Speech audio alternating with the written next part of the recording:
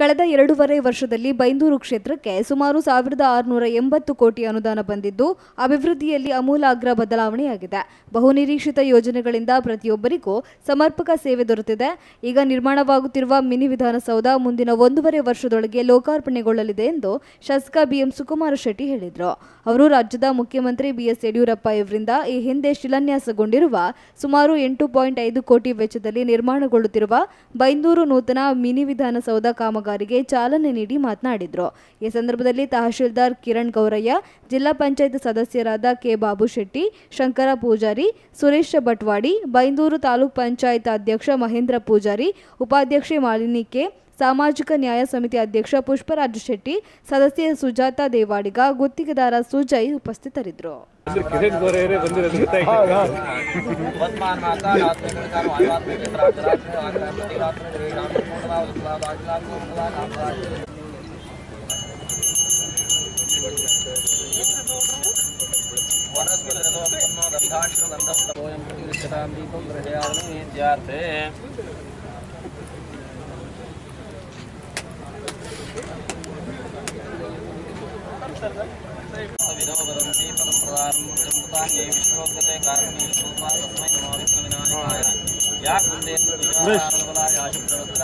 ಸುರೇಶ್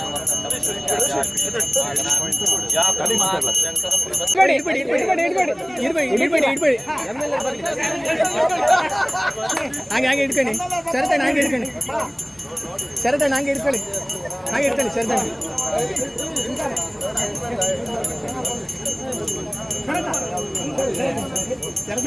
ಉಡುಪಿ ಜಿಲ್ಲೆಯ ಅತಿ ಹಿಂದುಳಿದ ಒಂದು ಕ್ಷೇತ್ರದಲ್ಲಿ ಒಂದು ಯಾವುದೇ ಬೆಳವಣಿಗೆಯನ್ನು ಕಾಣದಂಥ ಒಂದು ಕ್ಷೇತ್ರ ಬೈಂದೂರು. ಈಗಾಗಲೇ 1680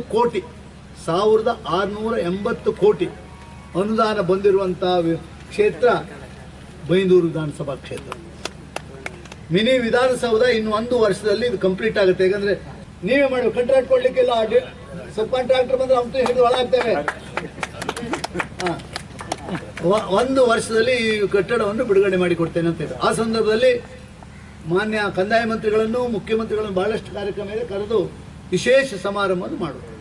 ಇದನ್ನು ಆಲ್ರೆಡಿ ಒಂದು 750 ಕೋಟಿ ರೂಪಾಯಿಯ ಅನುದಾನ ಬಿಡುಗಡೆ ಆದಾಗ ಒಣಸೆಯಲ್ಲಿ ಮುಖ್ಯಮಂತ್ರಿಗಳನ್ನೆಲ್ಲ ಬಿಡುಗಡೆ ಮಾಡಿದ್ದಾರೆ. ಇದು ಸಾಂಘಿಕವಾಗಿ ಒಂದು ಕೆಲಸವನ್ನು ಆಗಬೇಕು, ಪ್ರಾರಂಭ ಆಗುವಾಗ ಮಾಡಬೇಕಂತ ಕೆಲಸ ಆಗಿದೆ. ಸ್ಥಳದಲ್ಲಿ ಆಗಲಿಲ್ಲ ಅಂತ ಬಂದಿದ್ದಷ್ಟೇ. ಈ ಕ್ಷೇತ್ರಕ್ಕೆ ಈ ಮಿನಿ ವಿಧಾನಸೌಧ ಕಾಂಟ್ರಾಕ್ಟ್ರೆ ಸರಿಯಾದ ವಾಸ್ತುವಲ್ಲಿ ಮಾಡಬೇಕು. ವಾಸ್ತು ಹೆಚ್ಚಿಗೆ ಮೇಲೆ ಕೂತರಲ್ಲಿ ಹೆಚ್ಚಿಗೆ ಮಾಡ್ತಾರೆ.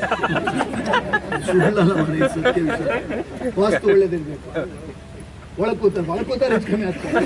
ಆ ರೀತಿ ಆಗಬಾರ್ದು. ವಾಸ್ತು ಸರಿ ಮಾಡಿ ಪರಮಾತ್ಮನ ಆಶೀರ್ವಾದ ತಗೊಳ್ಳಿ. ಎಲ್ಲ ಜನರಿಗೂ ಬೈಂದೂರು ಕ್ಷೇತ್ರದ 26 ಗ್ರಾಮ ಇದೆ. 26 ಗ್ರಾಮಕ್ಕೂ ಇಲ್ಲಿಯ ವ್ಯವಸ್ಥೆ ಆಗಬೇಕು ಎನ್ನುವ ಚಿಂತನೆ ಇದೆ ನನಗೆ.